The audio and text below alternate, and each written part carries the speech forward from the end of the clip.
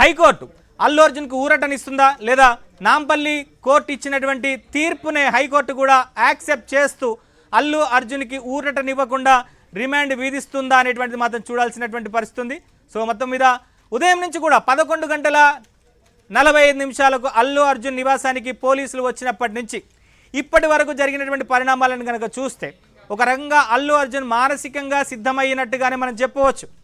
ఎందుకంటే పోలీసులతో మాట్లాడినటువంటి విధానం కావచ్చు, లేదా పోలీసులతో మాట్లాడుతున్న సందర్భంగా చాలా తాపీగా కాఫీ తాగుతూ వాళ్ళతో మాట్లాడినటువంటి విధానం కావచ్చు, తన భార్యతో ముచ్చటించినటువంటి పరిస్థితి కావచ్చు, తన భార్యకు కిసిస్తూ మీరంతా కూడా ధైర్యంగా ఉండాలని చెప్పినటువంటి సందర్భం కావచ్చు, తన తండ్రికి ధైర్యం చెప్పినటువంటి పరిస్థితి కావచ్చు.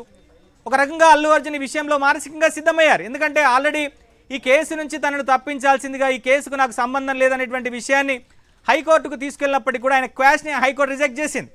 సో అప్పుడే అల్లు అర్జున్ మానసికంగా ప్రిపేర్ అయినట్టుగా మనం చెప్పవచ్చు. సో దానిలో భాగంగానే తన ఇంట్లో వాళ్ళకి అలానే కుటుంబ సభ్యులకు ధైర్యం చెప్పడం, మరోవైపు గాంధీ ఆసుపత్రిలో కూడా అల్లు అర్జున్ వ్యవహరించినటువంటి వ్యవహారశైలి కనుక చూస్తే, సో ఆయన పోలీసులు గాంధీ హాస్పిటల్లో సూపరింటెండెంట్ రూమ్కు తీసుకెళ్లారు. అక్కడ టెస్టులు చేస్తున్నటువంటి సందర్భంగా ఐఎమ్ ఫిట్, సో నాకు ఎలాంటి టెస్టులు అవసరం లేదు, నేను పర్ఫెక్ట్గానే ఉన్నానంటూ ఆయన నవ్వుతూ చెప్పినటువంటి మాటలే కావచ్చు.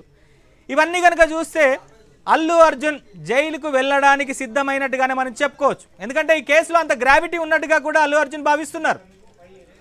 ఈ సంఘటన జరిగిన తర్వాత కూడా అల్లు అర్జున్ స్పందించారు. సో వాళ్ళ కుటుంబ సభ్యులను ఓదారుస్తూ 25 లక్షల రూపాయల కాంపెన్సేషన్ కూడా అల్లు అర్జున్ ప్రకటించారు.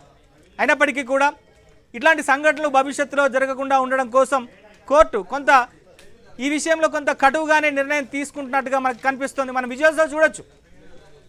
చెంచల్గూడ జైలు దగ్గర ఏర్పాట్లు, మరోవైపు అల్లు అర్జున్ని నాంపల్లి కోర్టు నుంచి చెంచల్గూడకు తరలిస్తున్నటువంటి విజువల్స్ మనం చూడొచ్చు. ఆల్రెడీ అల్లు అర్జున్ చెంచల్గూడ జైలుకి సమీపంలో ఉన్నారు. ఆయనని జైలు లోపలికి తీసుకెళ్తారు.